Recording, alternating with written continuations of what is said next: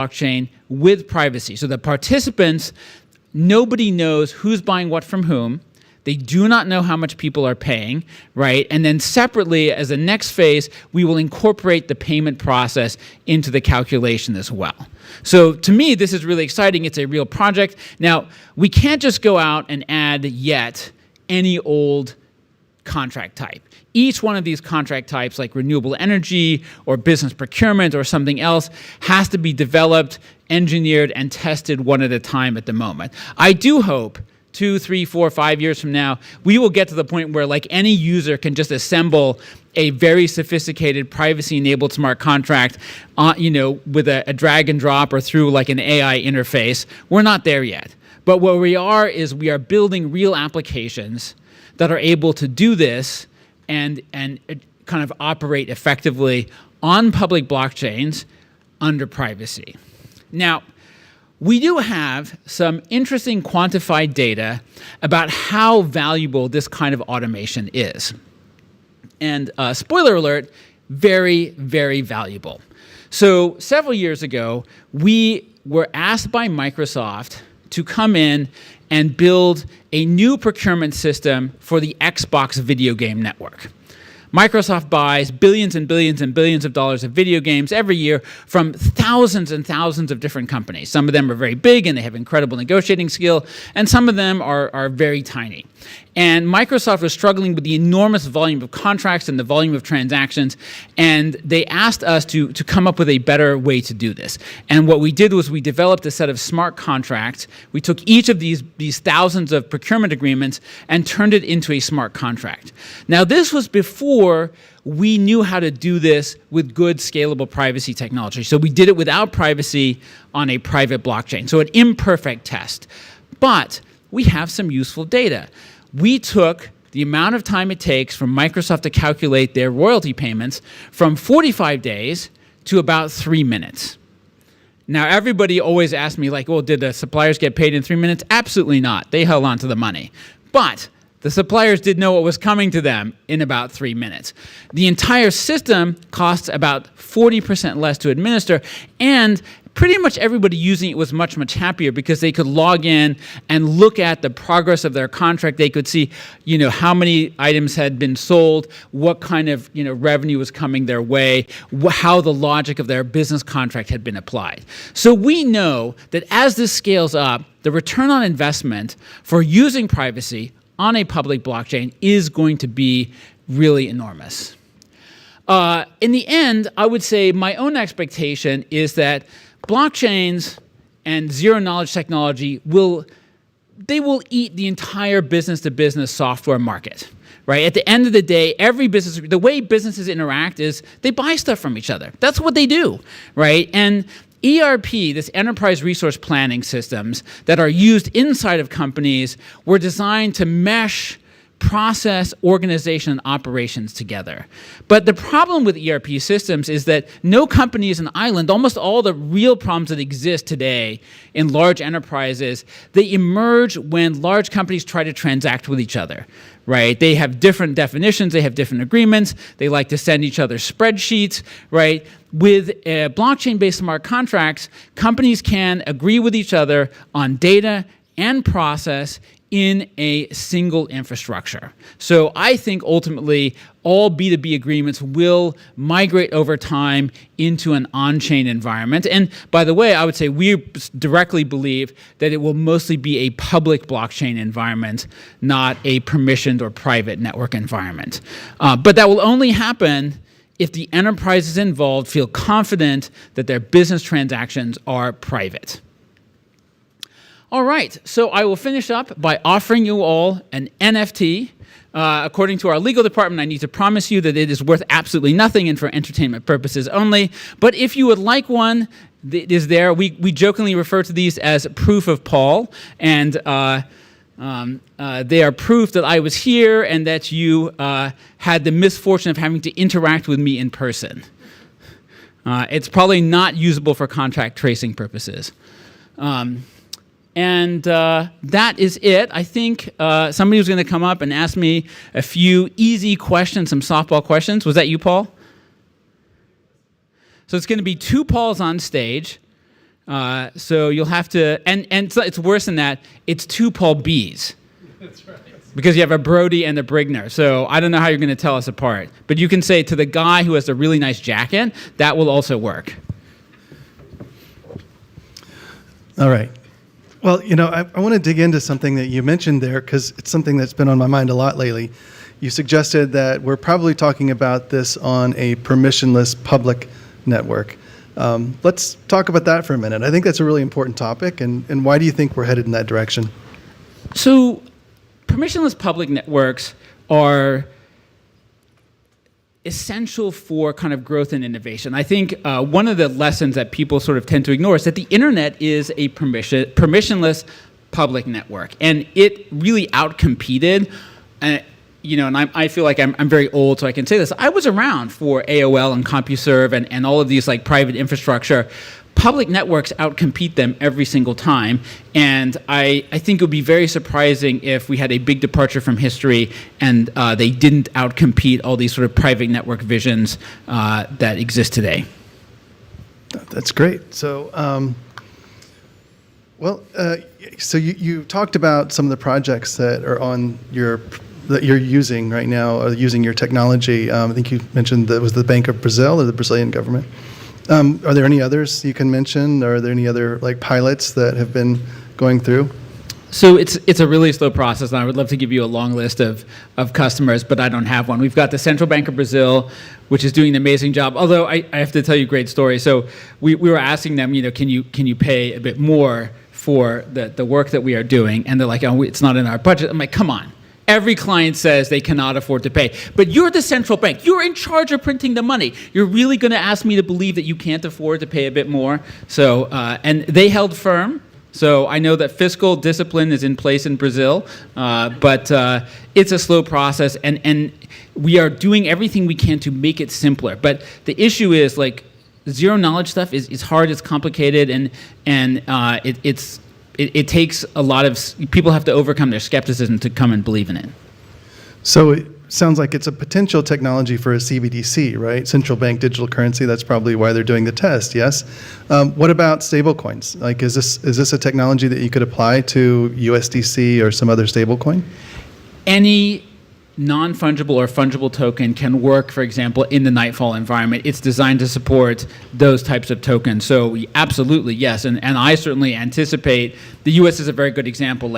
It's extremely unlikely that we'll have a CBDC here. So to the extent that this takes off, it's going to be all using stablecoins for payments.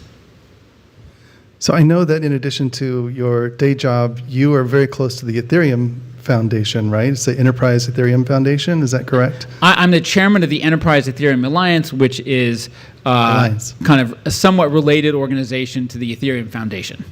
So are there any activities there that you can tell us about, any other upcoming things that we should know about or tune into? Yeah, absolutely. So next month in Bangkok, there is DevCon. It's the Ethereum Developer Conference. And I think actually there's a few people here who will be there. The Ethereum Foundation has been mentioned before. It's really pouring a lot of money into Starks, privacy technologies. And so there's a lot of activities going on there.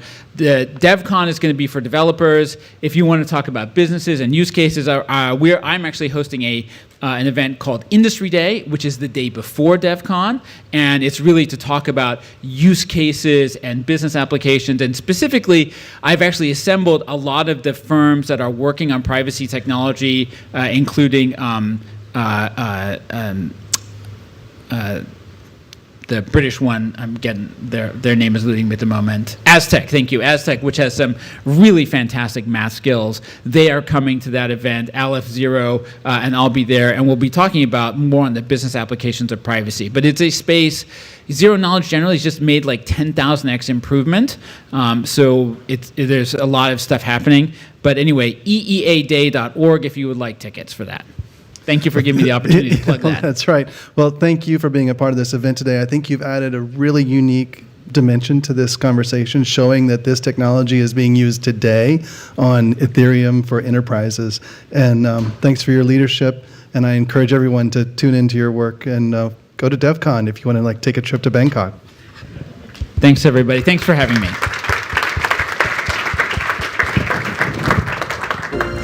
We have a short break now, so coming back in 10 minutes.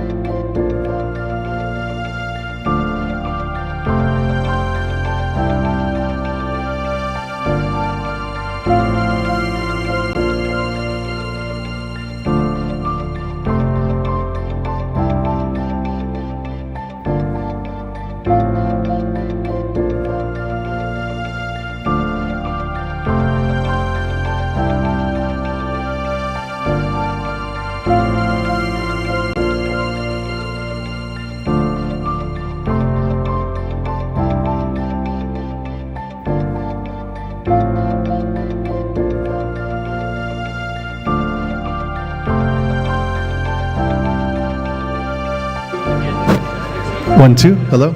Okay, everyone, please take your seats. We're going to get started again.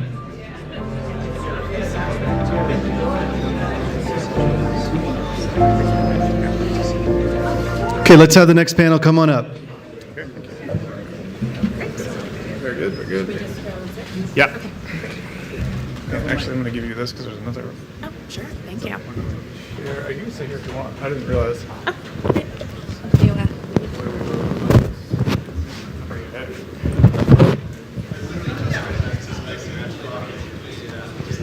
Okay, welcome back, everybody. We've got our last batch of talks for the afternoon. We're going to end with a bang, and then we have our reception. And again, I'd like to thank our sponsors, Radius, Filecoin Foundation, and the Farcaster Law and Policy Channel, who have sponsored our happy hour, which we'll have in a little bit. Okay, so we've talked about DeFi infrastructure, what zero knowledge proof is, and the science behind it. And we've explored all kinds of new and exciting applications for privacy-centered technologies. Now we're going to get two really interesting perspectives on the current state of online privacy and how decentralized systems can be a part of a future in which we all enjoy more robust digital privacy rights. Though, as we'll discuss, that future is still very much in question. So please welcome Marta Belcher, President of the Filecoin Foundation, and Jay Stanley, Senior Policy Analyst at the ACLU's Speech, Privacy, and Technology Project. Thanks for joining us, both. Thanks, sir. Okay, I'm going to dive right in. Marta, I'd like to start with you. Something that I've noticed in your writings and talks lately is that you said you believe right now we're experiencing an inflection point for privacy rights. Tell us what you mean by that. Yeah, so, I think that cryptocurrency in particular has actually led to a moment where, particularly in the area of financial privacy, we really are at a moment where things could go in one direction or a very different direction. So what I mean by that is this. And we can dive into this a little more, but back in the 1960s, 1970s, the idea that your data would be in the hands of a lot of third parties was something that was really, I think, just not exactly how the world worked. And so at the time, there was this thing that was developed called the third party doctrine. And the idea behind the third party doctrine in the United States is, by default, we all have, reasonable expectation of privacy in things like, our transactions. But what happened with the third party doctrine is the idea is if you have given any of your information to a third party, then that information no longer has a reasonable expectation of privacy, meaning that the government can get that data sort of willy-nilly without actually needing to go and get a warrant. In the 1970s, that was not a big deal, right? It was a very different world. Today, all of our daily interactions involve us sending information to third parties, right? All of us right now are transmitting a shocking amount of data to, our phone companies, to Google, to, the Wi-Fi, right? There are all these levels of infrastructure where almost everything we do, including our location, but also including our financial transactions, is given to a third party, which means it has, effectively no protection, right? Because we have this lack of a reasonable expectation of privacy, meaning the government can get that information without a warrant. And so, for a long time, the Supreme Court in relatively recent years has been kind of chipping away at the third-party doctrine. And I think if we actually were to get the issue in front of the Supreme Court again squarely when it comes to something like financial transactions, we may well, with this Supreme Court, actually have the third-party doctrine overturned, which I think is absolutely critical for privacy rights.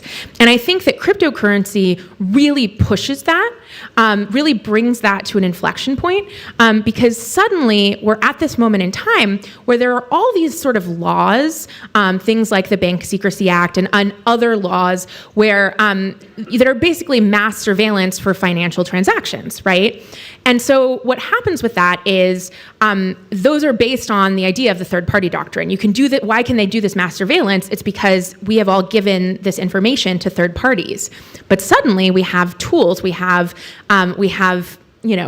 transactions that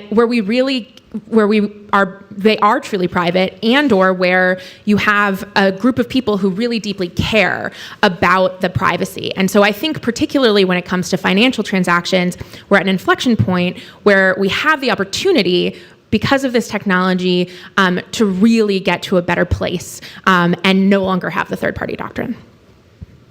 Okay, thanks.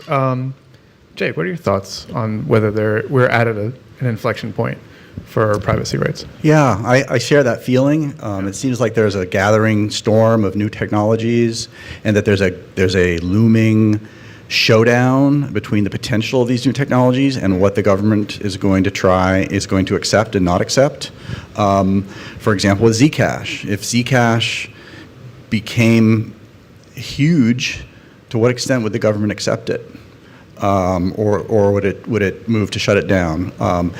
And in particular, to what extent will there be space for ordinary people and ordinary transactions, especially, to have financial privacy? It's interesting about the third-party doctrine, and my colleagues, I'm not a lawyer, but my litigator colleagues have been working for years on trying to undercut that, most successfully with a case called Carpenter, in which the Supreme Court ruled that despite the third-party doctrine, the government has to get a warrant to get your historical cell site location data held by your telecom provider.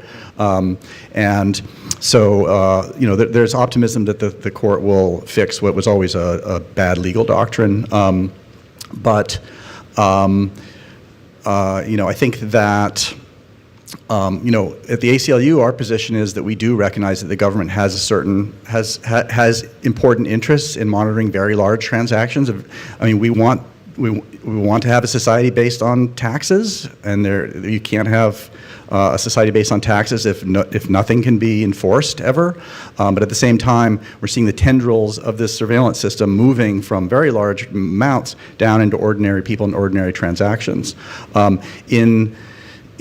For many years, it was the case under British common law and American law that the government could not get your private papers and effects and diaries, even with a warrant, because it was regarded as basically forcing you to testify against yourself.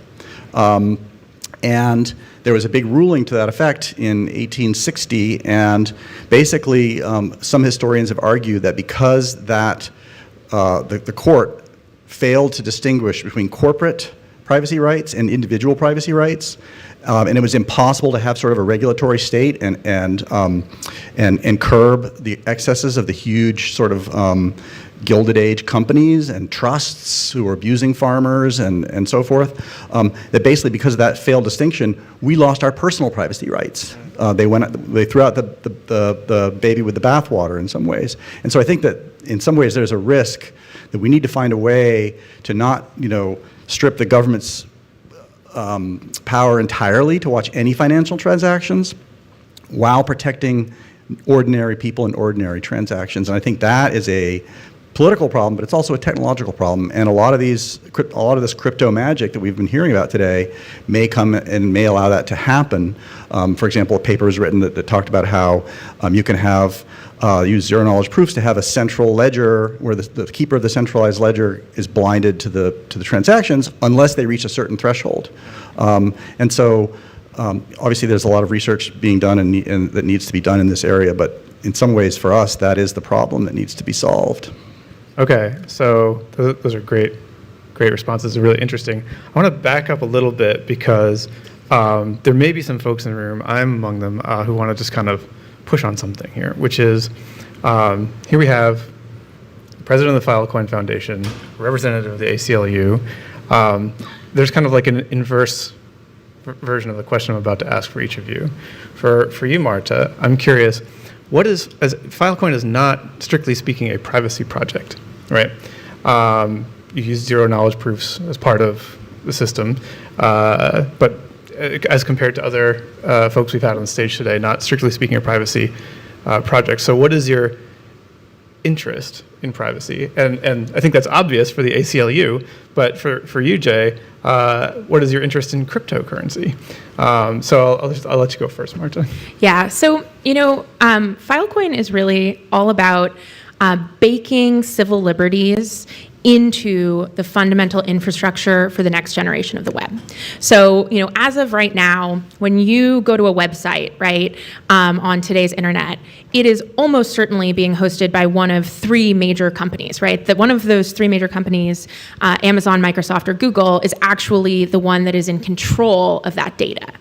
For us, we really envision a better version of the web where people are in control of their own data.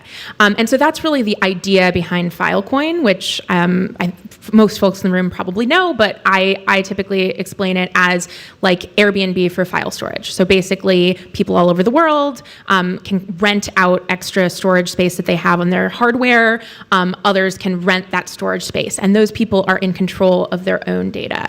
So for us, this is really a way to bake civil liberties in to what we see as a fundamental piece of infrastructure for the next generation of the web.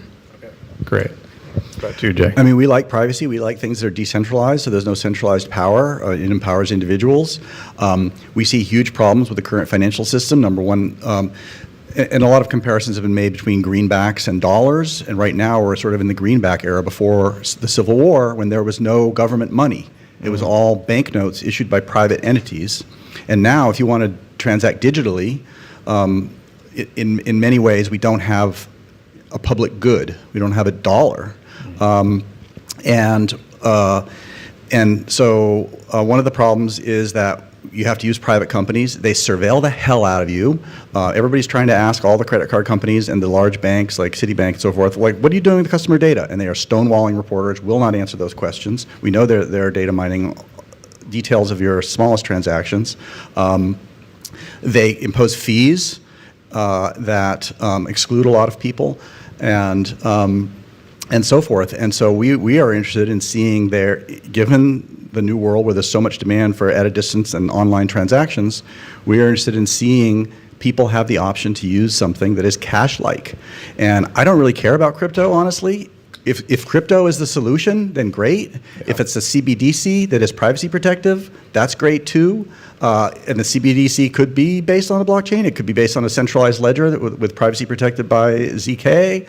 I mean, I don't know, but like, I'm not coming from like, I'm pro crypto, and so let's make that the solution. I'm coming like, this is the problem, and I'm open to any solution that fixes it. Okay, and and you've been in the crowd for I think the whole day. So, what do you think? Has this moved the needle for you at all as to whether or not some of the solutions are here or close? I mean, I am a huge proponent of these privacy protecting technologies like ZK, and this is one of the messages that I've been saying in many different arenas, that like, we have this crypto magic, we need to start using it. For example, two guys came up with a cellular network. So you get a cell phone where the cell phone is blind to your location and to your data flows using like ZK type cryptography. I don't know the details. And so that it's a proof of concept. Why isn't Verizon adopting that? Why aren't they blinding themselves to all of our data? Because they're making a ton of money by using an accidental feature of the cell phone network, which reveals my location, to monetize my private information. But I would love for something like Zcash or another equivalent to become an option for people to transact privately. I don't think it's going to become like our nation's public good. Sort of money, and there would be problems about that in terms of the supply. I don't know, but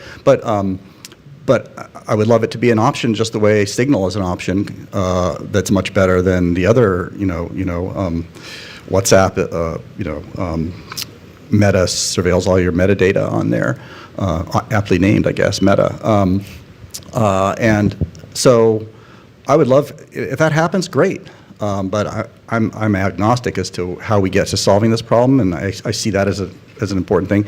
I'm just concerned that the government not nip anything in the bud, and the government will want to overreach. We recognize their interests, but at the same time, we also know they're going to want to surveil everything down to the penny, and we need to figure out how to not let them kill any of these sort of incipient ideas that are out there. Yeah, so we've been talking quite a bit about financial privacy, but it's about more than that, isn't it? It's about how we identify ourselves online in a host of applications and arenas. And Zuko did his demonstration where he's just strictly about revealing your identity. And Jay, that's an area that you've worked on like quite a lot lately, like outside of financial privacy, isn't it? Yeah, and I see it as parallel in some ways. I think we're at a turning point with digital identity as well. There's an enormous amount of ferment, and I hear from people like, yes, we're working on a privacy-protecting digital identity, and the WC3 is working on something, and the VCs are gaining momentum, and there's all this interesting work being done, but it's threatened to all be steamrolled by this very suboptimal, not particularly privacy-protective ISO standard that has been embraced by the DHS and the TSA, is being pushed by AMVA, the American Association of Motor Vehicle Administrators, which is the sort of association of the DMVs. And like these are institutions that have the power to put something in all of our wallets, physical as they have, or digital. Yeah.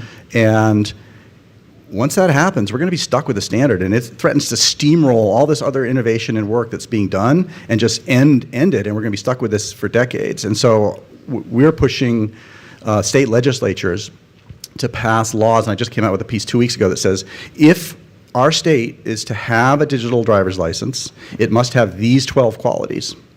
They include things like, don't phone home to the DMV every time you present it, so the DMV gets a bird's eye view of all your presentations.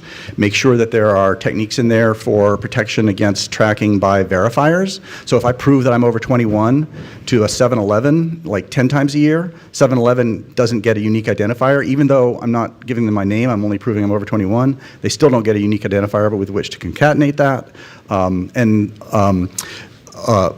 And so there's technological features that we think need to be built into a digital ID, but also legal protections such as protections against being asked at every turn for your digital identity, which is the big threat because it becomes so easy to present a digital identity that everybody's going to be asking, including online. You want to watch a YouTube video? Press here to send it to your digital driver's license. And now you can't walk into any, 7-Eleven wants to make sure, or Target wants you to scan your driver's license when you enter so that in case you turn out to be a shoplifter. Shoplifting's a huge problem. No, there's a solution, and it's going to happen. Overnight, we're going to wake up one day and everybody's going to basically need this digital driver's license that's being pushed in the States if we're not careful.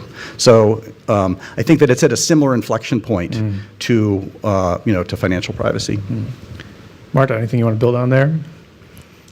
I feel I guess I want to plus one everything he said. I feel deeply divided about digital identity. I also feel deeply divided about digital identity because of all of those worries. And similarly, I feel when it comes to like CBDCs, for example, I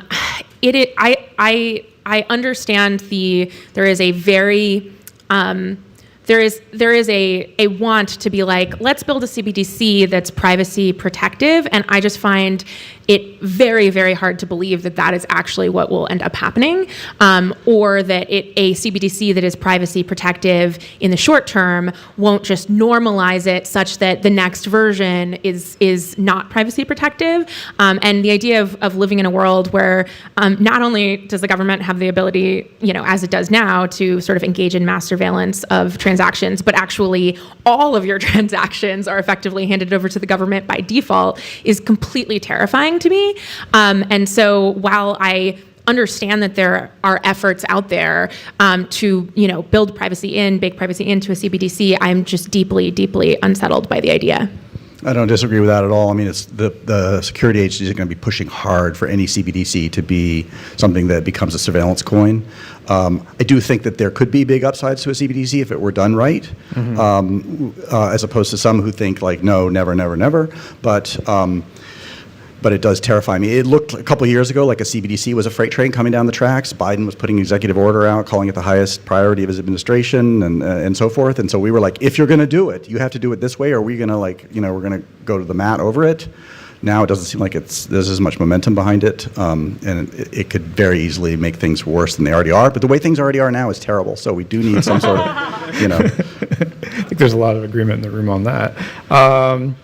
But you mentioned like the threat of potentially being steamrolled by the sort of bureaucratic apparatus. There are these pilot projects out there. How do you short circuit this process? If we have like the tool, the machinery of government is moving forward in this sort of inexorable way, but we want to get in there with potentially a better solution. How do you do that? On ID or? Well, I think it applies, almost sort of domain agnostic. Yeah, I mean,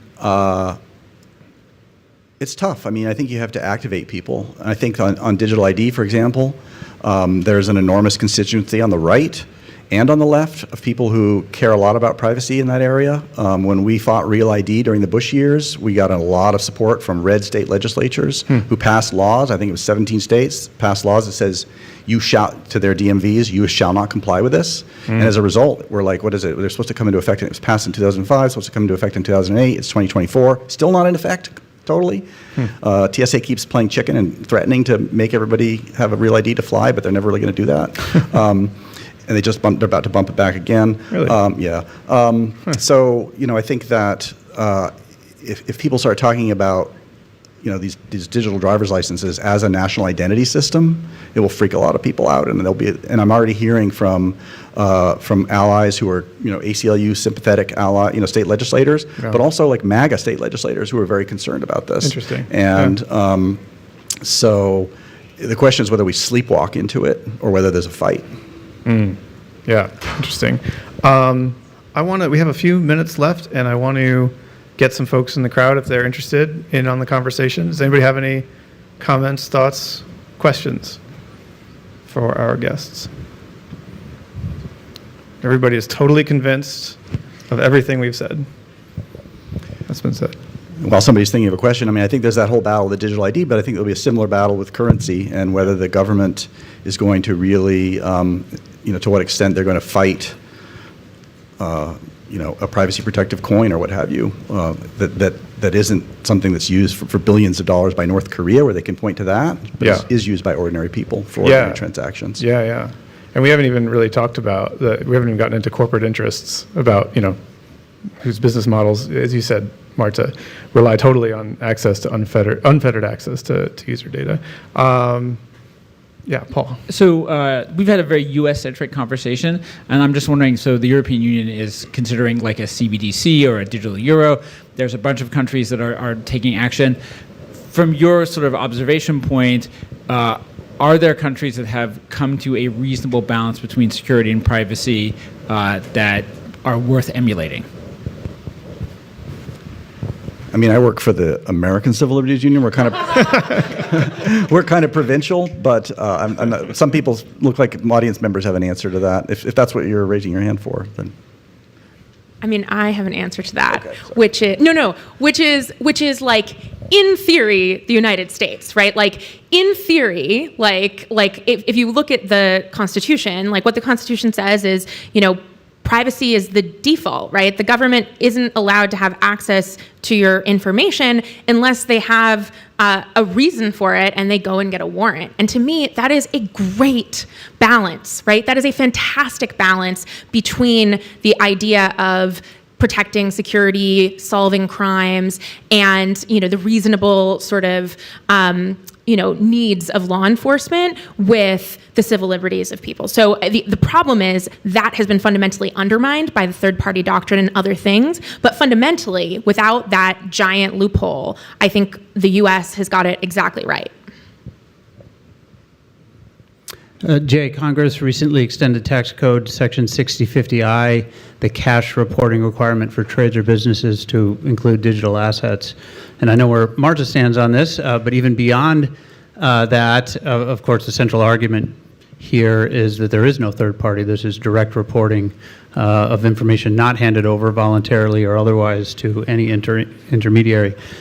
Curious about the ACLU's position on that and interest in tracking of that type of issue, and in particular, that provision 26 USC 6050I.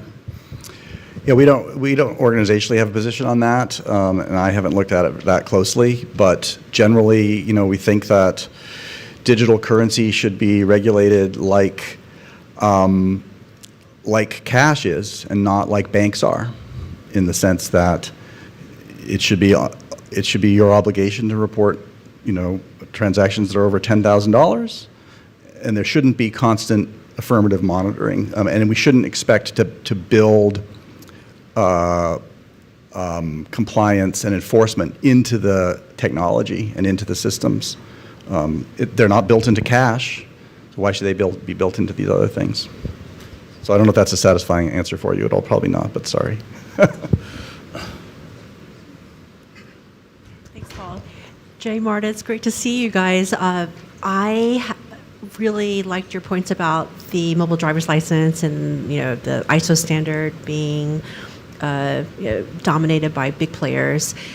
As many of you know, some of the DMVs are working primarily with Apple and Google to build these wallets for our digital assets. And I think some of you guys know I'm now working on legal research as to what counts as true ownership of not just digital assets, but these assets can also be identity assets, right? With MDLs being a good representation.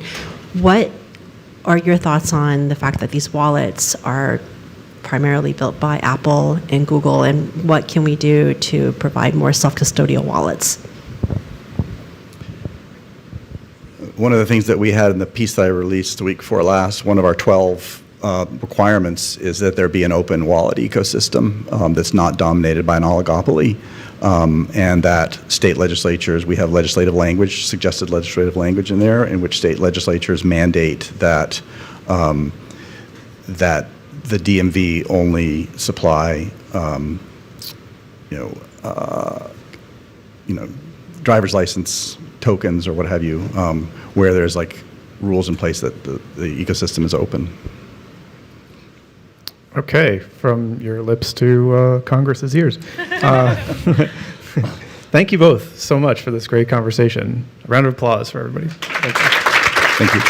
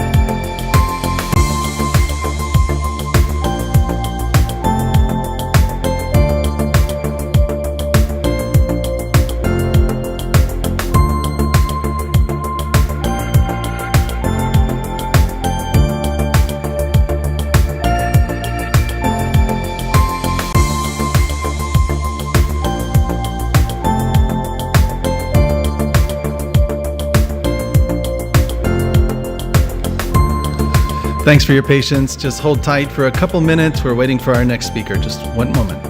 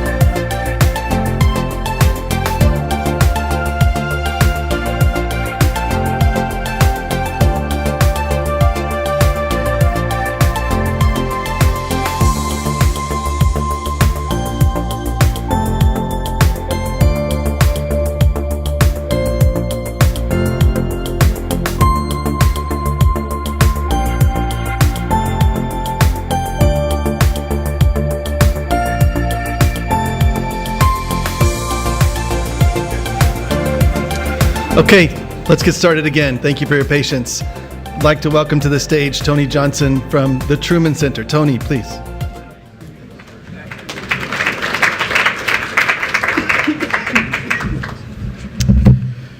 Good afternoon, folks. I'm not from the government, but I am here to help you. I used to be in government, so I understand that space really well. And today I'm here to talk to you about the national security aspects, or at least how we view this issue from our professional perspective. So good afternoon again. My name is Tony Johnson. I'm the president and CEO of the Truman Center for National Policy and the Truman National Security Project. We're a proud supporter of the DC Privacy Summit, presented by Project Glitch and PGP. And I'd also like to thank our host, the U.S. Marshall School of Business and the Van Eyck Digital Assets Initiative, and our sponsor, the Coinbase Institute. Thank you, Paul. I'm honored to be here with you today. All of you are the brightest thinkers and boldest leaders in the fintech policy space. By being here today, you've committed to address one of the most complex and urgent challenges of our time. That is the intersection of emerging digital assets, technology, privacy, and policy, and the global financial systems. Now, I'm not a financial expert, and you can see by the uniform that I'm wearing, which is mainly pretty official, and I didn't get the uniform for just the blazer and no ties. But I am a national security expert, and I happen to lead a community of national security and foreign policy professionals in the public and private sector, including veterans and intelligence community specialists and industry technologists, whose job it is to identify and understand and confront the threats to our national security every day. And so you might think I'm here to scare the blockchain out of you, and that's not what I'm going to do. But I am going to talk very seriously about the challenges in the national security space that we see from this issue. For example, we know that rapid advances in blockchain technology and digital assets and cryptographic privacy systems is a critical national security issue for the United States and for the security integrity of the global intelligence, of the global financial systems. I'm going to tell you a little bit about why that is and how we see this through a national security lens. So again, brace yourselves, because it's going to be a little bit dramatic.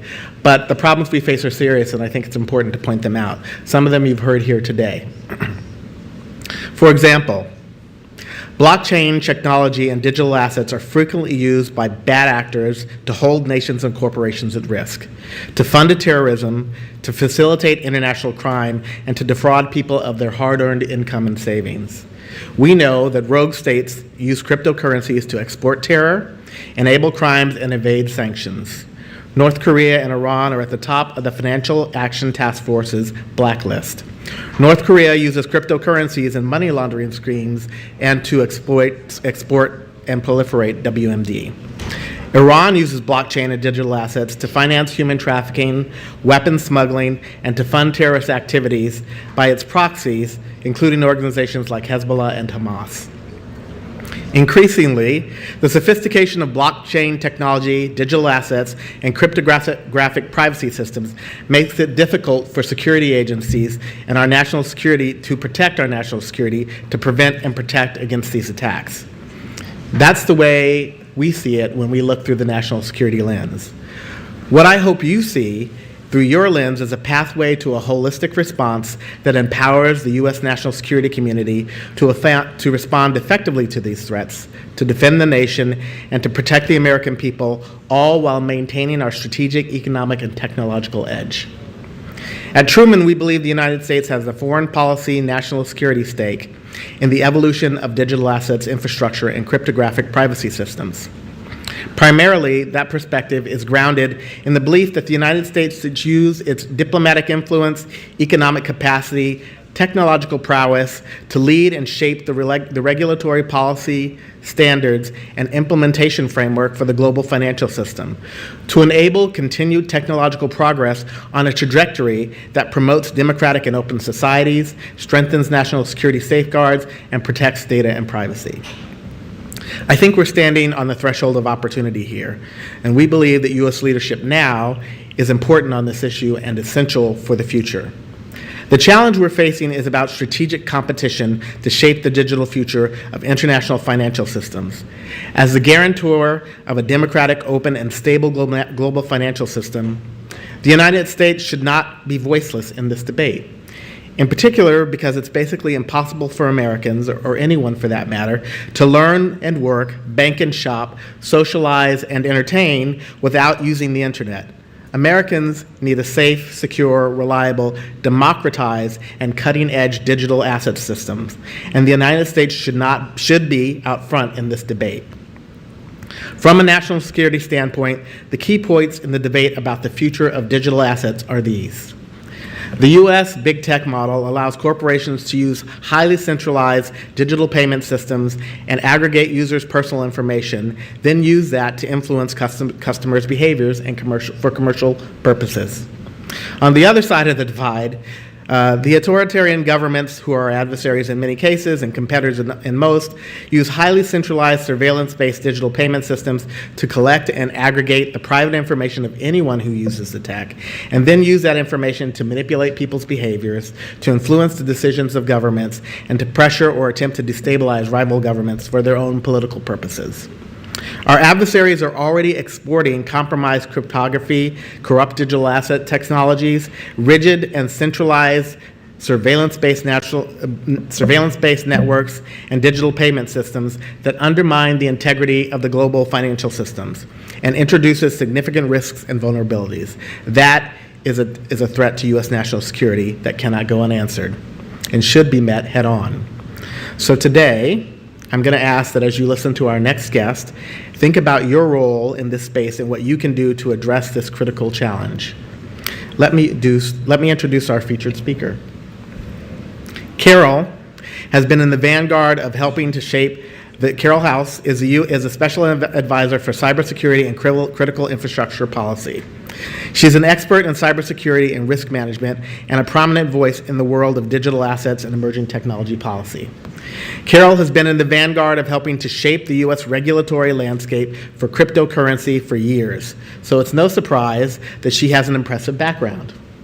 In addition to serving in various White House advisory roles, Carol co-authored the first ever executive order on a comprehensive framework for responsible development digital assets, released in the fall of 2022.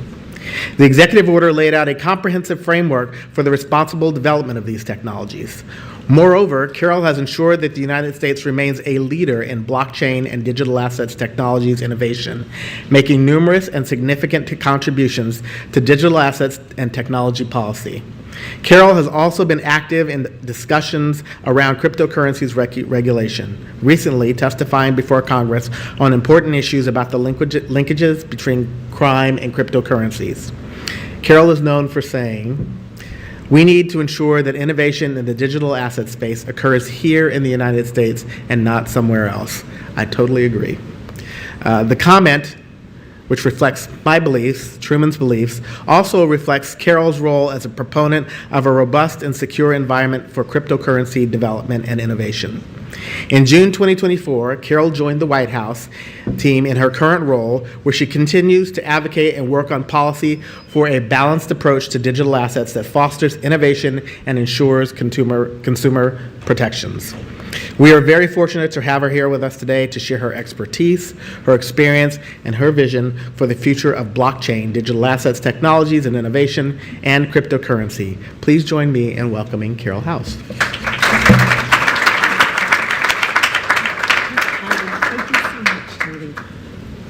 My goodness, Tony is magnificent, and I do not need to speak. I think hearing more of Tony is going to benefit all of us.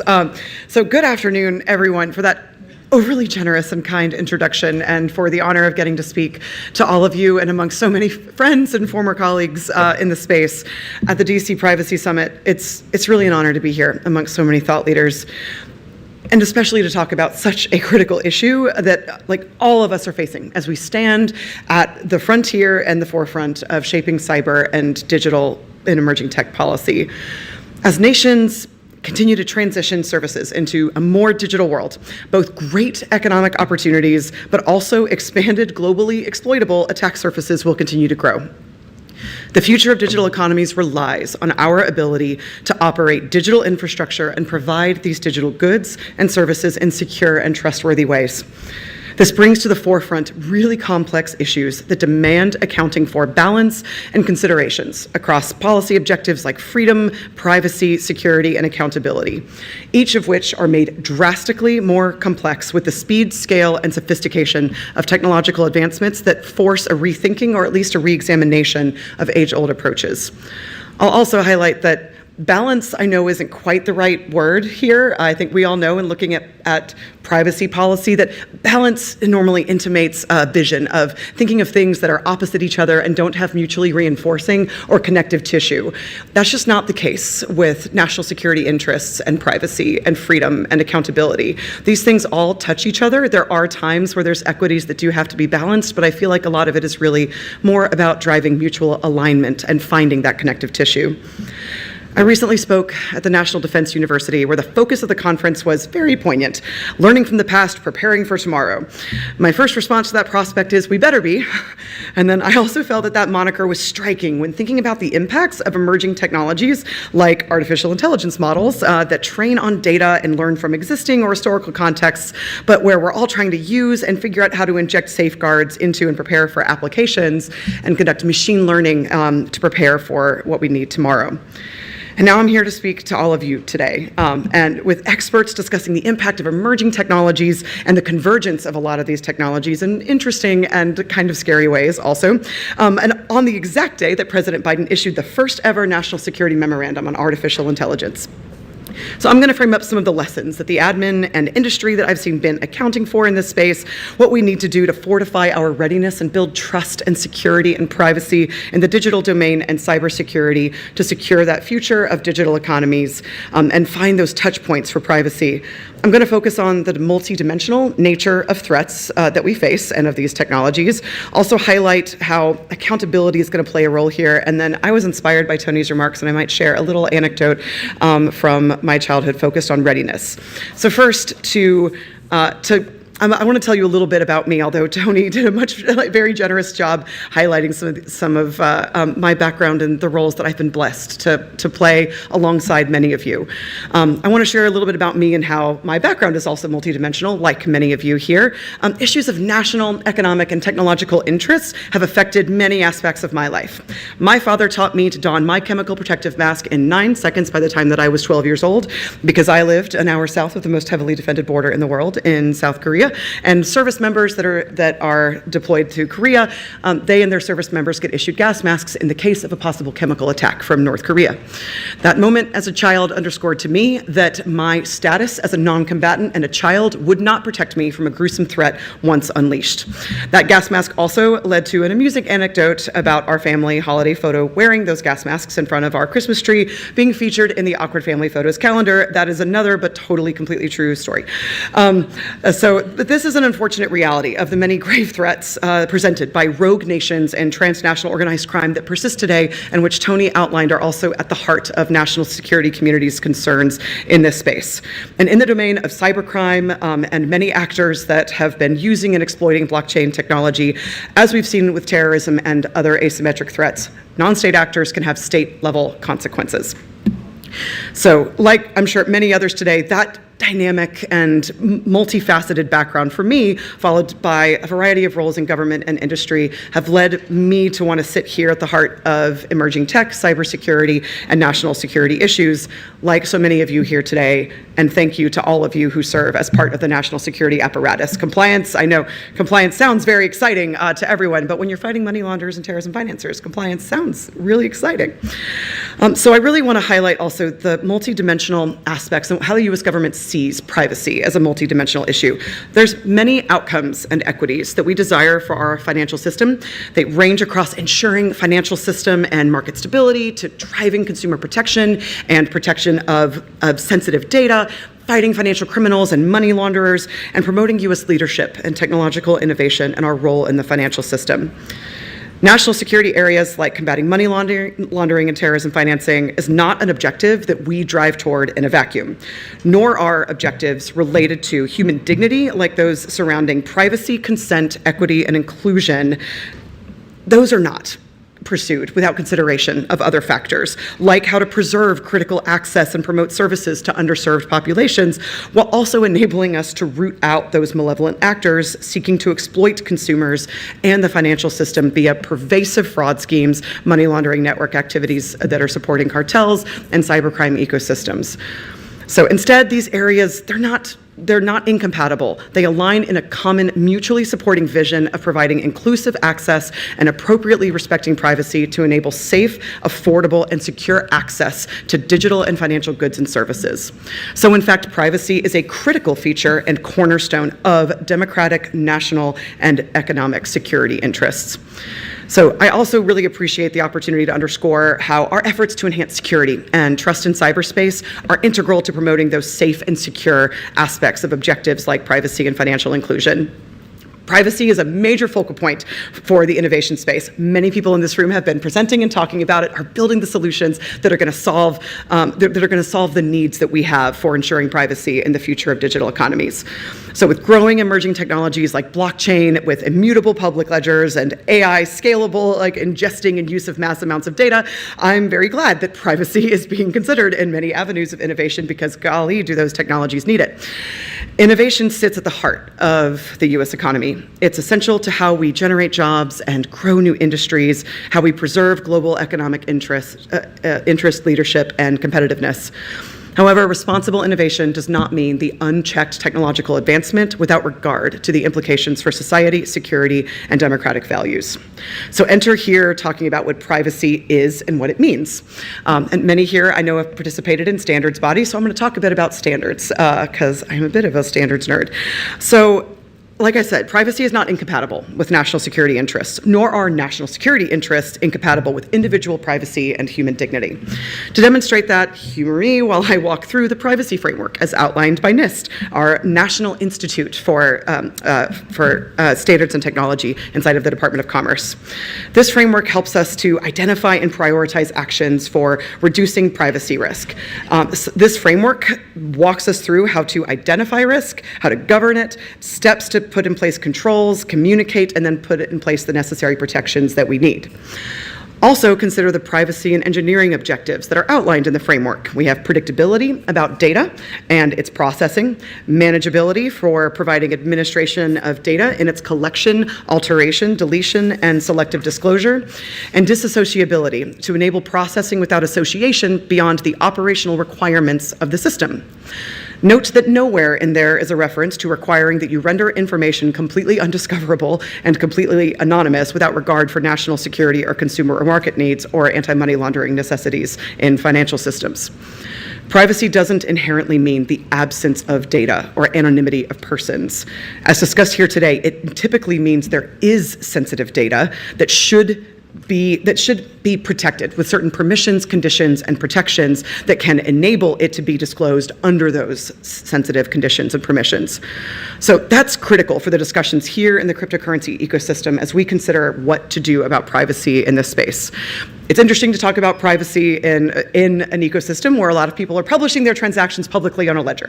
Recognize that. I'm sure that I'm not the first person to make that joke today, certainly never in this system. But it's also really apt given that privacy is the future of this space. It's why the cryptocurrency space was one of the loudest vocal advocates for driving innovation in privacy-enhancing technologies for a long time.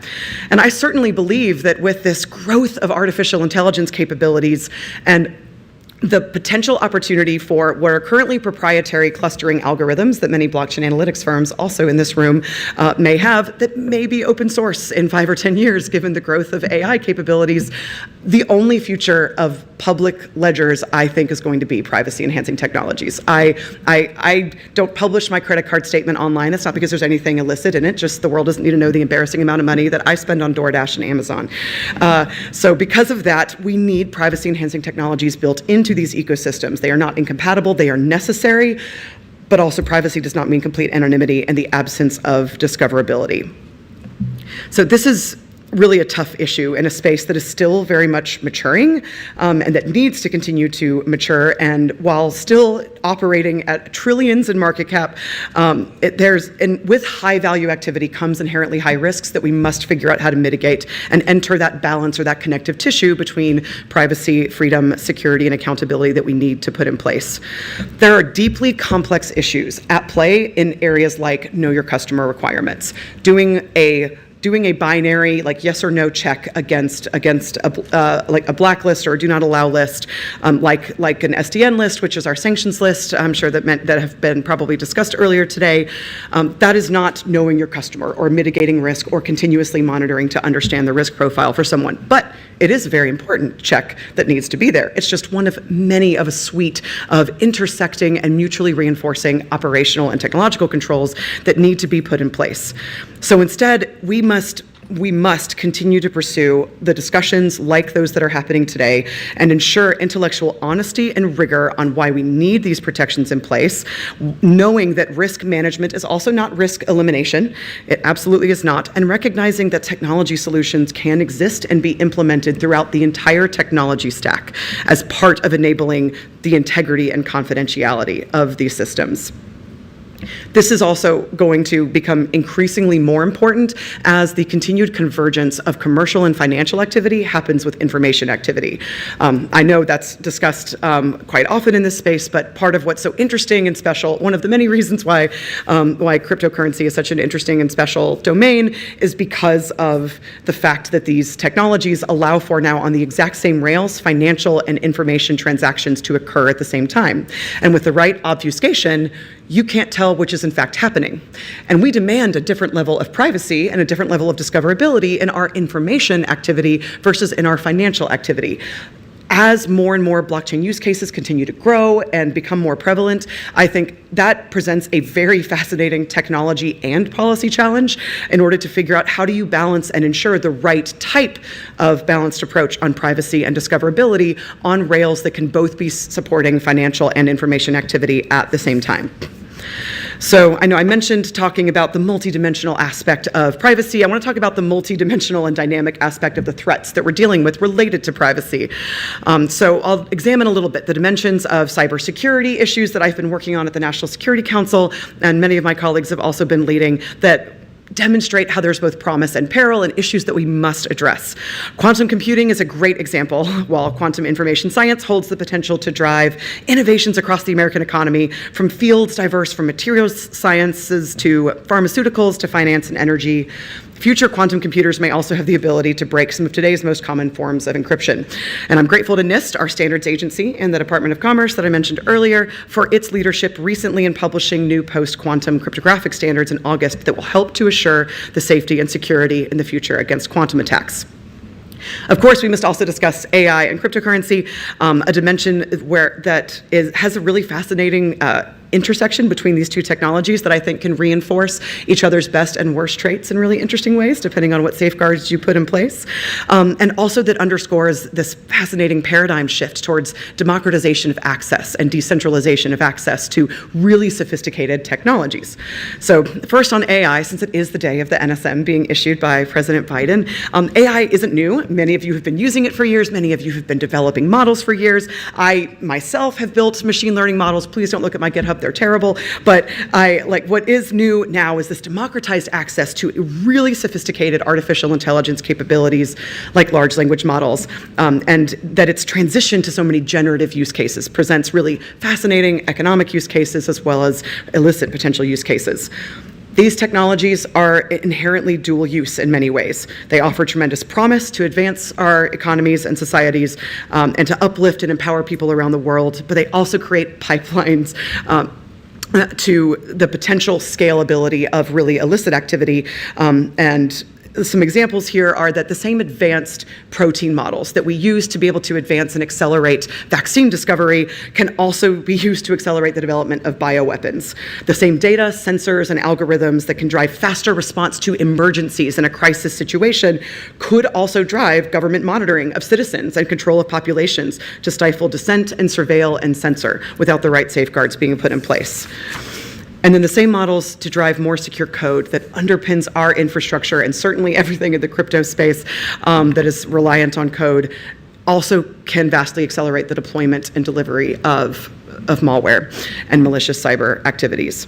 So all of these issues have major potential impacts on privacy, human life, and dignity. And then, of course, enter cryptocurrency. Of course, Tony discussed it very thoroughly earlier about crypto, that it has great potential for positive use, but also without building in the necessary protections, you have features that are really attractive to licit users and also to illicit users. So because of that, this peer-to-peer capability to send instantaneous cross-border value transfer with increased speed and cost efficiency is very attractive, especially in the wake of anti-money laundering regimes lagging significantly. And then with the absence or reduction of financial institution intermediaries, or at least a transition to different types of intermediaries and touch points that typically aren't regulated, it removes a lot of the key points where we put in place mitigating controls to ensure the discoverability part that typically comes along with privacy hand in hand. But a very important risk mitigating factor is the fact that most of these systems are publishing publicly to a ledger. Swift, Fedwire, and cash movements do not publish to public ledgers and transactions. So this highlights that none of these technologies are inherently high risk, that are completely inevitable to remain that way without any possible mitigations that can be built in. So now I want to close with focusing on some of the actions that the U.S. government has been pursuing, focused on privacy, where we're taking actions to promote and seek tangible solutions and partnerships in this space. In June of this year, the National Science Foundation launched a new investment of $23 million in the Privacy Preserving Data Sharing and Practice program, aligned with President Biden's EO on safe, secure, trustworthy development and use of AI, partnered with Departments of Transportation and Commerce to enhance private information sharing and analysis of data for a range of use cases and applications. This program solicits proposals, and those proposals are still open for people that want to apply to them along 3 tracks for programs ranging from $500,000 to $1.5 million, focusing on advancing key technologies to enable practical privacy-preserving data and analytic solutions, as well as looking for test beds for the trustworthy sharing of private and confidential data. Privacy also featured as a core element in the administration's continued partnerships under the Summit for Democracy. On March 17th this year, USAID launched the Advancing Digital Democracy Academy, which was focused on providing partnership and with multinational firms that like Cloudflare, and Google and Microsoft to offer essential skills in training in cybersecurity, data privacy, cloud computing, and responsible AI, amongst other topics, to build on some of the successes from our second Summit for Democracy. Also near and dear to many of those here, and many former Treasury officials are standing here today. I see them. Treasury's de-risking strategy, published last year, focused and underscored on how important emerging technologies and digital identity solutions can be to address arbitrary de-risking of populations that have long been either denied or marginalized access to critical services, and where integrating privacy-enhancing technologies could end up providing key solutions. Trust in financial services was a major pillar that was discussed in the de-risking strategy, and I very much appreciated that. FinCEN, and which is the U.S. anti-money laundering regulator, I'm sure most here are familiar with, along with the FDIC, ran a tech sprint focused on digital identity solutions, and explored how privacy-enhancing technologies like homomorphic encryption and multi-party computation, as well as zero-knowledge proofs, could be able to support secure, privacy-protected information sharing. I'll also highlight where FinCEN has been taking action to address the risks of improperly calibrated anonymity that ends up not quite achieving the right application of privacy, which is their 311 designation of mixed cryptocurrency transactions, which they designated as of primary money laundering concern after publishing an advisory many years ago highlighting that mixed transactions are often used in money laundering activity by cyber criminals and other actors that use cryptocurrency for their illicit purposes. They still are ongoing in that effort after receiving public comment from also many of those in this room. So that's another instance of some action that U.S. government has underway about achieving the right application and balance for privacy, but ensuring against the unnecessary and destabilizing obfuscation that can occur that's against our anti-money laundering principles and what's needed to safeguard the financial sector. And then I'll highlight some actions recently in the AI NSM, given that it was published today, that's really pointed at this privacy space. So with the AI EO last year, President Biden called on Congress to pass bipartisan data privacy legislation. I know there's some people who are going to talk about legislation coming next, and I'm very curious to hear what they have to say about if privacy legislation is on the frontier. Also a requirement for agencies to evaluate how we are looking at and collecting and using commercially available data and information, and that we strengthened our privacy guidance to agencies, including for national security missions, on use of this data. The NSM provides the first ever guidance for AI governance and risk management for national security missions, requiring mechanisms for risk management, evaluations, accountability, and transparency here to mitigate issues around safety and unnecessary harm, issues of bias, and human rights abuses. The NSM also, interestingly, is pointed at how competitors are trying to upend U.S. AI leadership through technology espionage and intellectual property theft, which is targeting and underscoring the privacy of your inventions. So in this NSM, President Biden makes collection on our competitors' operations against the U.S. AI sector a top intelligence priority, and directs the provision of information on counterintelligence and cybersecurity information to U.S. AI stakeholders and companies as needed to help them keep their inventions private and secure. So I wanted to emphasize that last one because that's an interesting point of privacy, right? Where we have the intelligence and national security community helping you to keep your inventions private from those rogue nations that are trying to undermine the integrity and security and steal your inventions. Finally, I did mention that I was inspired by a lot of Tony's remarks, and I figured I would close since I brought up learning how to don my gas mask in 9 seconds when I was a kid living in Korea. Something that I shared at the NDU when I was speaking on critical infrastructure security, something that I know that at least Stuco and a few others have talked about earlier today. I don't know if anyone here ever lived in Korea or worked in Indo-PACOM and knows Task Force Smith. But when I was a kid, my dad brought us to this, which was one of the first battle in the Korean War, and he made me and my sister lay down in the trenches to see if we could fit, because of course. And I heard this story, and I learned it when I was an Army officer. I was commissioned as a chemical officer, and we learned in operational readiness world, we would hear this term, no more Task Force Smiths, and this lesson that we learned about ensuring that we never have that kind of operational readiness failure again, and then understanding the type of valor and sacrifice that normally ends up coming in place when you have a failure of operational readiness. And basically what happened was some general officers, including General MacArthur, thought that only this small battalion task force supporting South Korean troops would be enough to deter North Korea troops as they were coming south across the peninsula, and that wasn't the case. We were not equipped to be able to repel the North Koreans that had been equipped by the Soviets and the Chinese with T-34 tanks, and then this failure of operational readiness meant that half of the members of this task force were killed or captured. Why am I bringing that up? Why am I talking about the Korean War? Because that is the last time that we were in open conflict with Chinese troops. And I mentioned I work in cybersecurity and critical infrastructure. Right now we are facing a situation where Chinese cyber criminals are transitioning from a focus on intellectual property theft and instead pre-positioning on our critical infrastructure for a potential disruptive impact in the wake of a crisis or a conflict. So I brought that up at the National Defense University as a moment of saying, I don't want this to be a moment that we read about 70 years later. I don't want someone looking back and saying that this was the moment that we failed to be operationally ready for something that was coming and that we saw the potential to happen. And inspired by Tony's remarks, it makes me think about some of the cryptocurrency space and also AI, that if we don't, what readiness normally means is taking steps beforehand to ensure that you can withstand some kind of exploitation or conflict, and then that you can recover from it also quickly.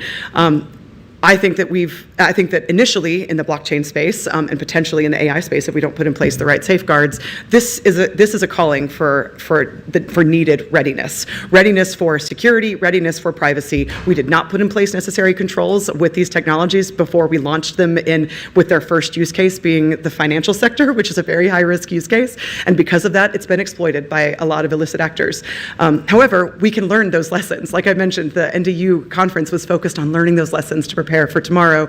So these kinds of conversations and focusing on where technologies can ensure the necessary privacy, but also balancing where national security interests, privacy, human dignity, and freedom all have to intersect to achieve our mutual vision.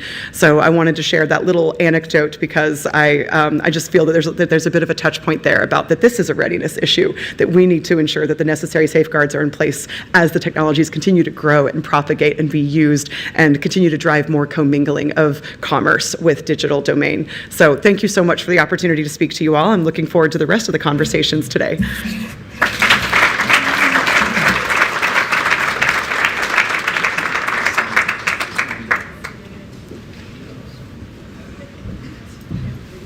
Carol, first I want to thank you for your current government service. I want to thank you for your many years of prior government service. I want to thank you for your military service. I just think the country is just so blessed and fortunate to have you as representing us in the White House and for everything you do and have done for us. You are really a national treasure. So thank you for everything. And if it was not clear to everyone how important the work here is that we're doing, I hope it is now. I certainly feel that heavy responsibility to find that balance of privacy, security, freedom, and accountability. So many things that Carol told us are just so important. I think we all need to review those remarks probably a few times, take some notes, and get to work. We've got a lot to do. So we are actually nearing the end of today's program. We just have one session remaining. But before I introduce the final panel, I just want to remind you that directly following the event, up on the penthouse, we're having a reception. Thanks to a few sponsors, Filecoin Foundation, Radius, and the Farcaster Law and Policy Channel. And now for the final panel. We've been talking about ideas all day, and I know, I've had a lot of fun thinking about those things. I hope you have too. But this is DC, and politics is politics. Like it or not, policymakers in this city have a lot of power over the trajectory of these technologies. So where does the rubber meet the road over the next year or so in DC? And hey, we could even speculate and have a little fun about what the next 10 or 11, 12 days are going to bring, right? We've got some big changes coming no matter what. Well, please welcome to the stage Allison Behuniak, Staff Director of the House Subcommittee on Digital Assets, Financial Technology and Inclusion for Chairman Patrick McHenry of the House Financial Services Committee, Catherine Kirkpatrick-Boss, General Counsel at Starkware, Michelle Corver, Head of Regulatory at A16Z Crypto, Miller Whitehouse Levine, CEO of the DeFi Education Fund, and Nicholas Day, Managing Director for Global Policy and Regulation at CoinDesk. Please come to the stage. Thank you so much.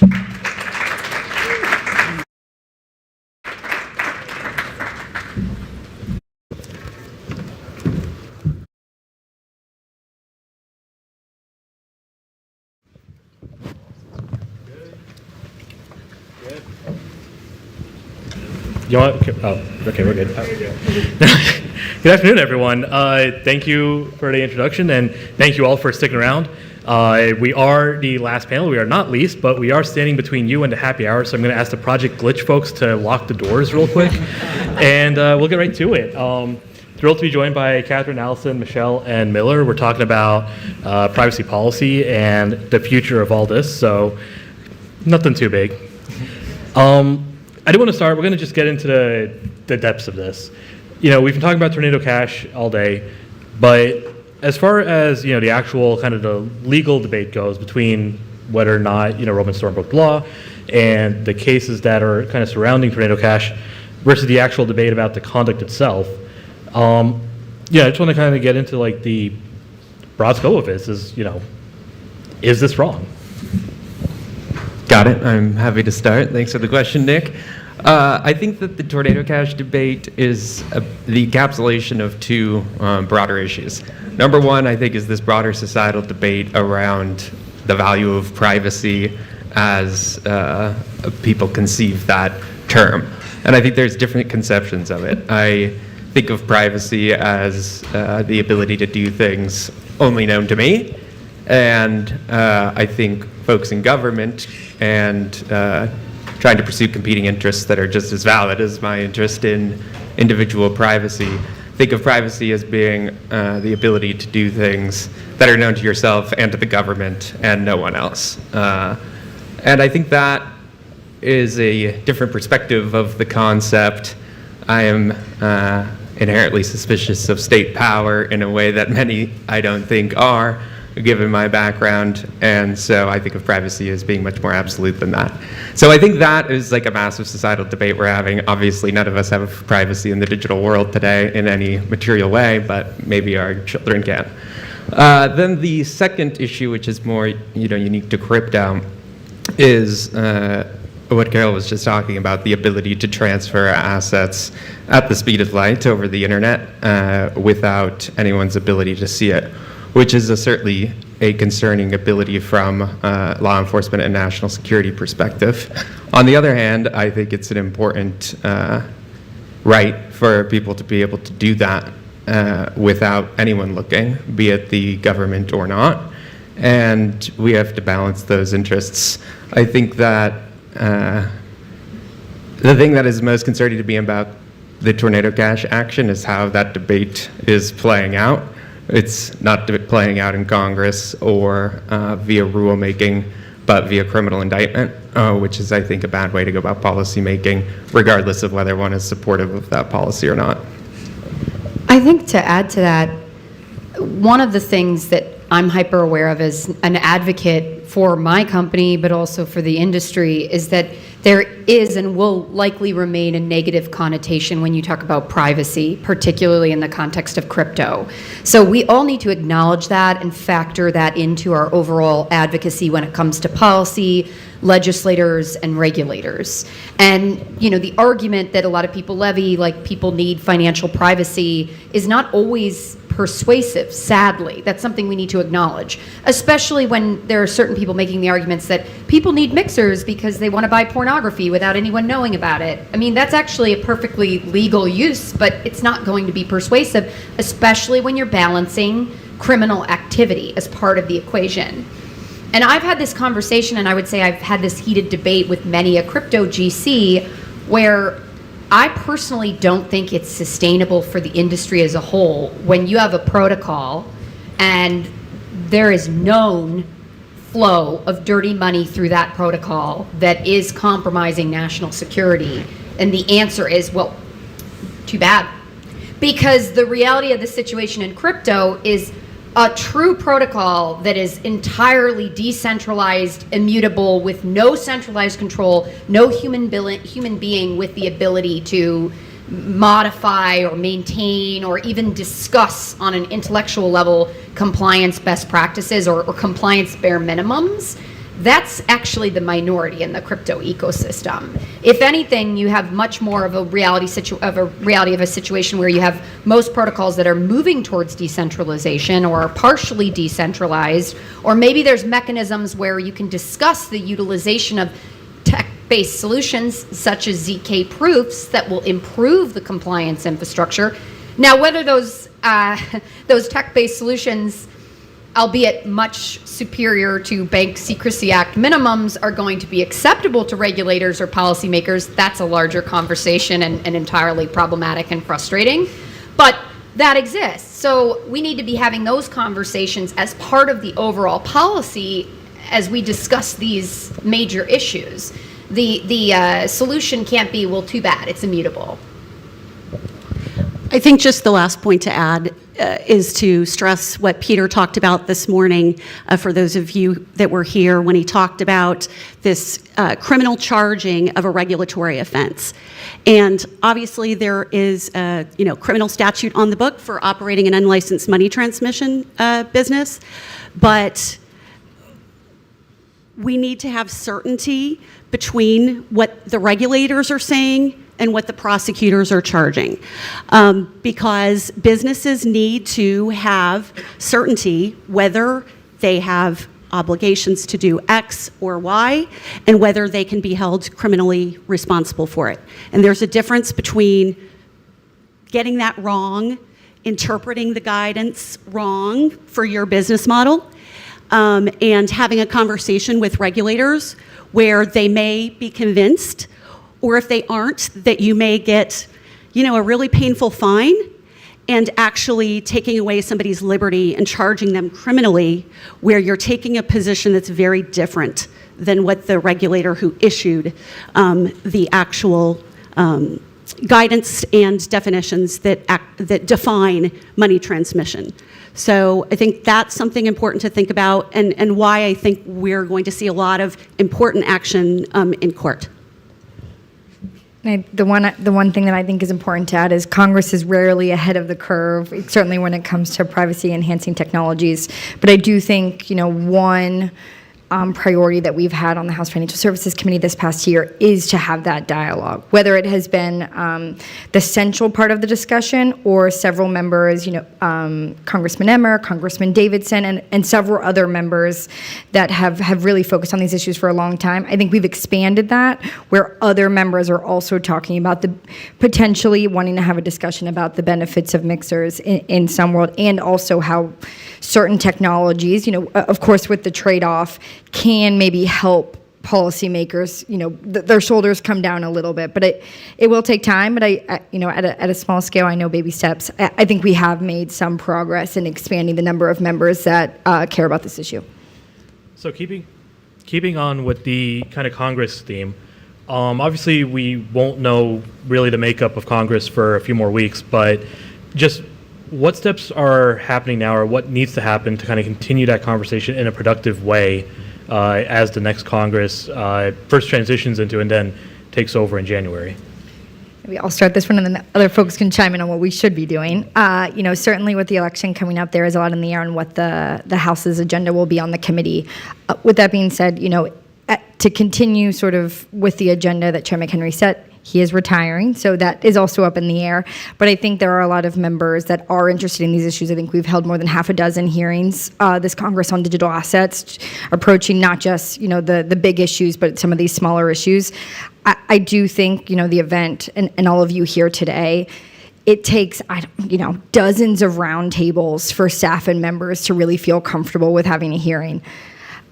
I think it just takes, will take dedication by several members to really, really expand their knowledge in this area. And then, if a certain party is, in the majority, I think there will continue to be a focus here in the hearing room, which I think can move the ball forward in a significant way. Yeah, I just would add that there's really intense interest in Congress about this issue, and the entire spectrum of views is represented in Congress.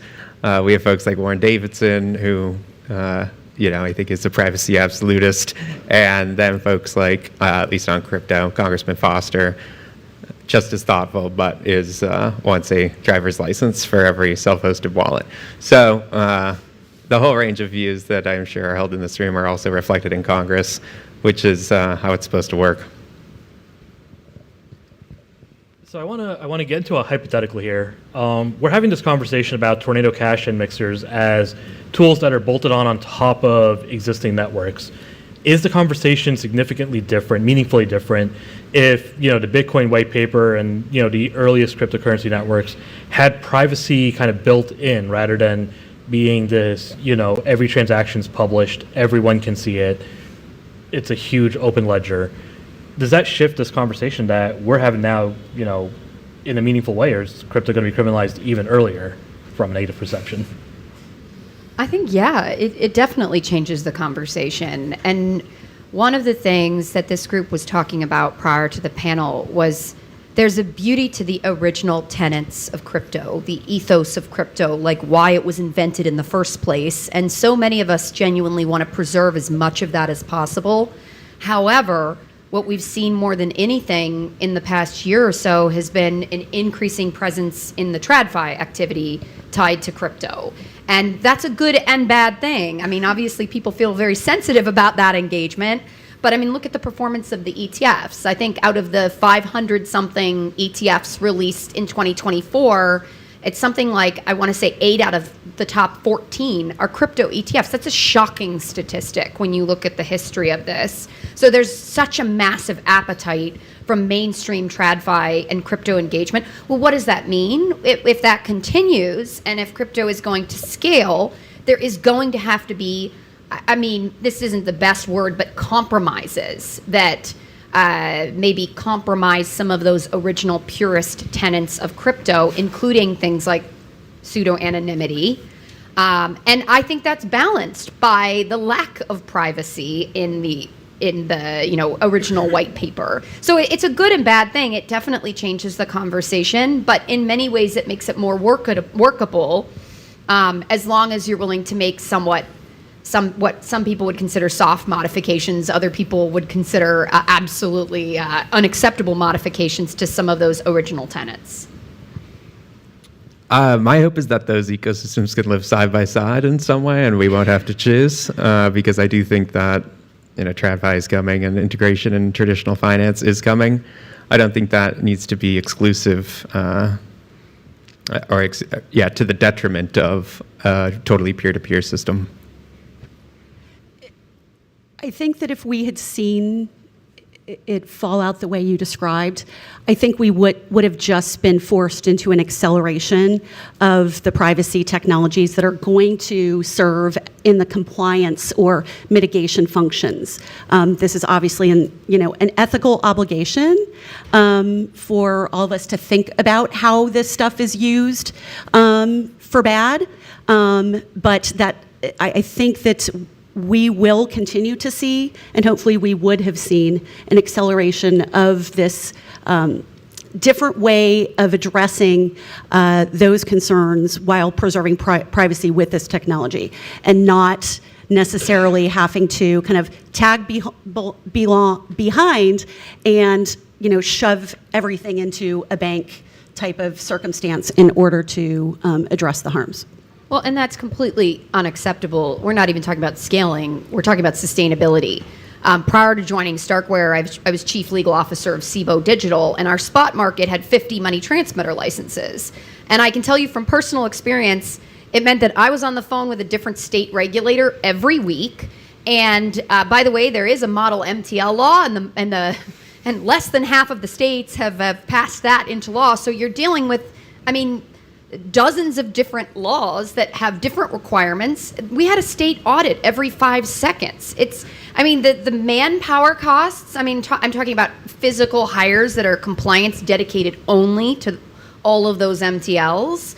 And then, you step a toe out of line, and the actual, one state decides to take a very aggressive interpretation of the law. That was my personal pet peeve. I'd be like, oh, great, now Alaska's causing trouble. No offense to Alaska, but that's not sustainable for, 99% of the crypto projects, nor should it be, because there's not the corresponding risk that necessitates adherence on either a federal or a state-by-state level. And I think you've seen this conversation play out both on the Senate side and the House side, but I think we are hitting an interesting point in time where the conversation sort of is trending more to what additional requirements from a Bank Secrecy Act. Certainly under this administration, they've made clear that they would like additional requirements for certain intermediaries in the market. And I think you are seeing members, there is going to be a time and a place where members either need to say we support these requirements or we do not. And I think we've seen that with several bills that some of our members have introduced, but you will continue to see across the aisle the opposite of that. And so I think not making this necessarily a partisan issue, but having that conversation about appropriate risk mitigation and what's needed, I think members on both sides are going to be forced, to have that conversation in a real meaningful way. I think the last point on this would be we are past the point where no one's looking and we can kick the can down the road. We have to this is why these meetings are important and these roundtables are important, is that we have to come up with the solutions and the answers. We can no longer say we're just not going to do this or this doesn't work. I think we have to propose solutions that actually will address what policymakers are legitimately concerned about. And we're concerned about too, because we want our users and the technology to be, we want them to be safe and trusted and secure and not, facilitating bad stuff. So on the, continuing on the BSA, money transmitter law track, are we going to see, to your point about possible additional requirements, are we likely to see those come into effect or become a thing that states on their own level are going to start thinking about? Or, is this going to still be a kind of whack-a-mole situation that Catherine was describing for the foreseeable future? I mean, what comes next? Where's the fate of the BSA, at least as far as crypto goes, going right now? So I think maybe I'll make a couple of observations and others please jump in just based on the discussion today. I think, where we are now, we're seeing a large discussion around the FinCEN guidance and whether actually holding custody of these assets sort of is that line that I think everyone was operating under the FinCEN guidance. I think that has been a pillar that several members have retained. I think you're going to increasingly see sort of the protection of that principle, but I think we are going to see that play out in several cases. I think, on the broader market structure debate that's happening in Congress, certainly absent legislation, if the SEC or more so on the SEC side, continues to pull in certain intermediaries. That doesn't just come with SEC obligations, that also comes with Bank Secrecy Act obligations. And so I think that, as you've seen a number of, market structure-esque proposals, I do think when it is determined what intermediaries should be captured and then exactly what those requirements should be, I do think that conversation will receive more attention than it has. I think, them being a financial institution as they are today, given that, broker-dealers have their own separate requirements. And so I think that discussion, while we had it as a part of market structure, there were so many other big conversations in the room that just took all the oxygen away. I do think that conversation, as you're bringing certainly centralized intermediaries, but if there's a broader discussion around to bring other folks in, that will be increasingly important to discuss. I was just going to say, I'm just happy that conversations like this are happening, because there needs to be, for a while there was a tech-oriented education gap in Washington. I think that has lessened considerably.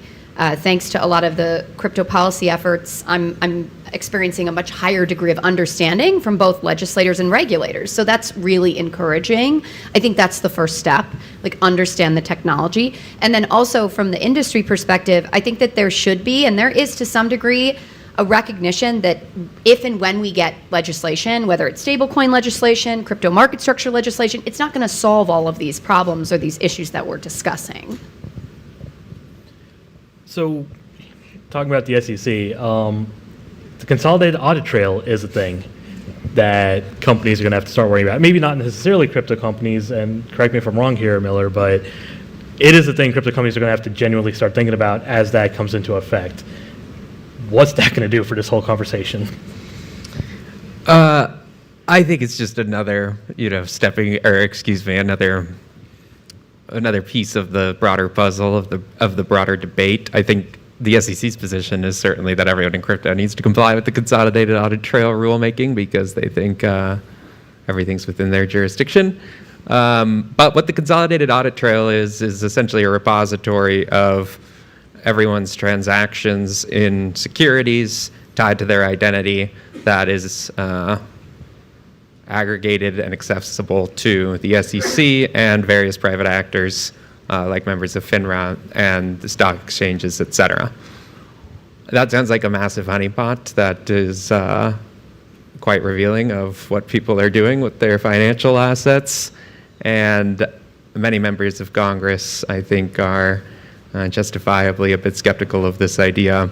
There are bills to try and shut it down. I don't know about the prospects of them. Allison can tell us. Well, I think, keeping it focused on the crypto conversation, I think important, with the CAT is, if the SEC finalizes their rulemaking on the definition of exchange, that will certainly bring more folks into the SEC, officially when finalized, sort of more folks into the SEC's remit.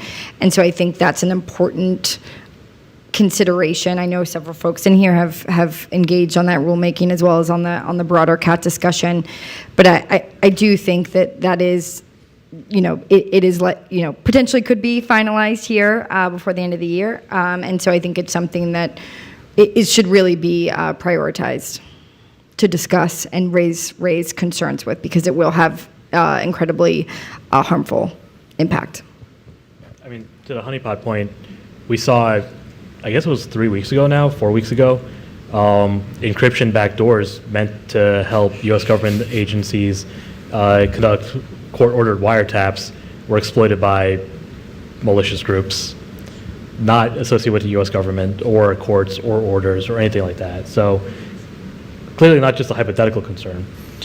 But that brings me to kind of, the next more philosophical point of this idea of privacy as, a fundamental human right.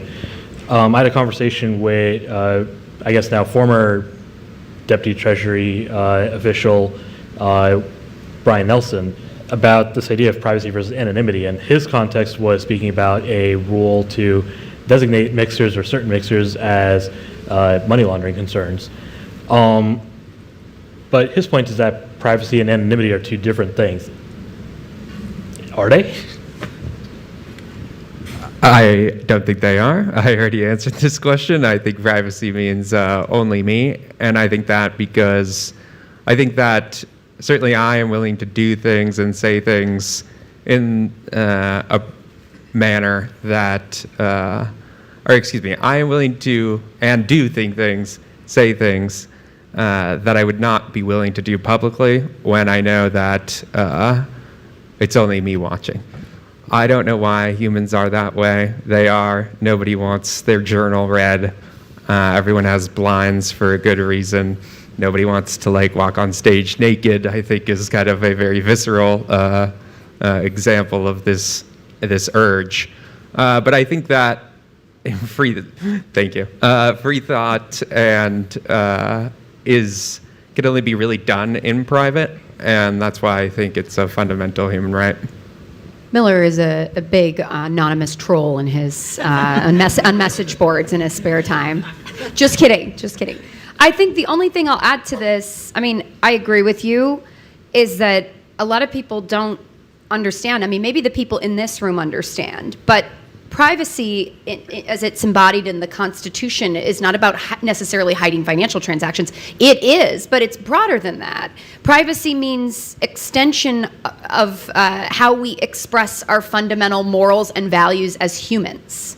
So that's, I think, how we need to frame the conversation. And that is how we run up into fundamental constitutional rights as Americans.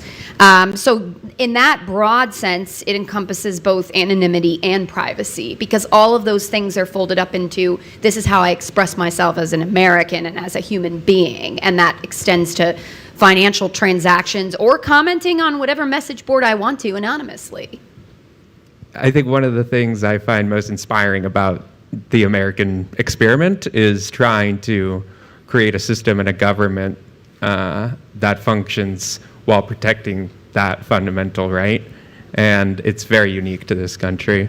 And I think it's something that we should try and defend. And for those of you that are, as Catherine talked about, we need to be advocating and putting the concept of privacy into every discussion that we're having with policymakers. A really good source of, I think, well-articulated examples of how this kind of fits in with blockchain and why it's so important and why the scary stuff that Josh talked about earlier could happen to all of us are some of the amicus briefs in the Tornado Cash civil litigation. A lot of people in this room contributed to a lot of those, and I think there was a lot of time taken. to try to raise those important interests in front of the courts in these two cases. So I encourage any of you that are looking to actually advocate for privacy in these contexts, copy the homework, or you don't have to do the homework. You can copy from people who've already been working very hard on this. And I think amplifying those arguments is really important for the industry.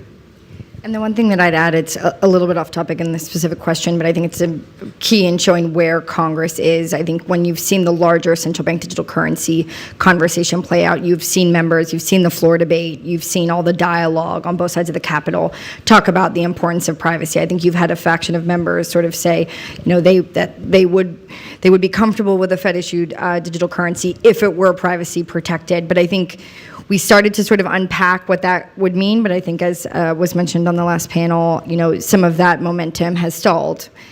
The privacy conversation as a part of that, though, shouldn't stall, right? I think what is important as far as privacy enhancing technologies as it relates to central bank digital currency, and I know that we could all debate here whether that's even possible, but that conversation should not stall, and I think it's because that conversation is being had by members on both sides of the aisle. So we are coming up in about half an hour here. Want to invite you all to have share closing thoughts. What should people take away from this panel if, for some reason, they're just sitting there not paying attention? This is the moment. Catherine, let's start with you and just work our way down. I just want to reiterate, I think we need to reframe privacy as a basic constitutional right and an expression of our morals and values. I think we need to acknowledge as advocates, particularly the lawyers in this space, that there is a reality that we are working up against in all of our advocacy, to understand and acknowledge the challenges. I benefited from 12 years in the private sector in white-collar defense and investigations at King & Spalding before I went in-house in crypto. And the most useful part of that experience was not my representation of crypto market participants. It was actually engagement with regulators, with DOJ, OFAC, SEC, name it, in often an antagonistic situation, and how we navigated that, and an understanding and acknowledgement that not all regulators are bad. In fact, many of them are the best of us, and understanding and factoring in how they think and how they approach things, good and bad, into your advocacy. The one thing I'd say, and I know a lot of folks in here already know this, but I will say it, in that our National Security Subcommittee has been working on these issues for some time. It's not just since 2018 that they've been talking about these issues. It goes all the way back to, I think our first hearing was 2016. However, the members that you've seen that have been the most outspoken, engaged in the crypto markets, perhaps may not overlap with the membership of our National Security Subcommittee. What you've seen this year is sort of with the Digital Asset Subcommittee, with the National Security Subcommittee, you've seen an increase. So those that are focused on the tech, those that are focused on the Bank Secrecy Act. I think everyone in here talking to sort of both groups of those members, not only just focusing on the ones that may understand blockchain and crypto more, also talk to those that have been sort of knee deep in the Bank Secrecy Act, because I think what I hope and what we tried to accomplish is that putting those members in a room to work through some of these hard issues is how you make progress on both sides of the aisle, both Republicans and Democrats. I think, again, engagement, and when I talk about engagement, I'm going to be a little bit more specific than what Catherine was talking about. When we have opportunities with rulemakings for the notice and comment period to actually be filing, these comments to the rulemakings, and I don't think that a bajillion comments telling the agency to F off that's sent through some AI bot is helpful, but really taking time to convince them. And then, if you don't convince them and things are hard, then you have actually, if you're in this situation to bring a legal action, you actually have set yourself up, well for having standing to bring legal action. So I would encourage that type of engagement. I don't know how convincing the 100,000 were, yes, on the broker rulemaking. I think just at a bit more macro level, I think crypto, one of the most interesting things about crypto is it, I think, is a leading indicator and forces a lot of conversations that are broadly applicable. And I think this is a perfect example of that. I think the decisions we make about privacy in the digital world our rights as they do or do not extend into the digital world are going to be decided over the next decade, and it's going to be sticky for the next century. We're here talking about the BSA from 1971 and the Securities Acts from the 30s. All of these things are very sticky, so I think now is the time to be engaged because it's really going to be with us for a while. Awesome. Well, thank you, Catherine, Allison, Michelle, Miller. Thank you all of you for sticking around. Thanks, Mike and Paul and the Project Glitch Coinbase Institute teams for hosting us. And thank you, USC, for hosting us. I went to Rutgers. They're playing USC tomorrow at football, so go Knights. Fight on. I went to USC, class of 06. Woo!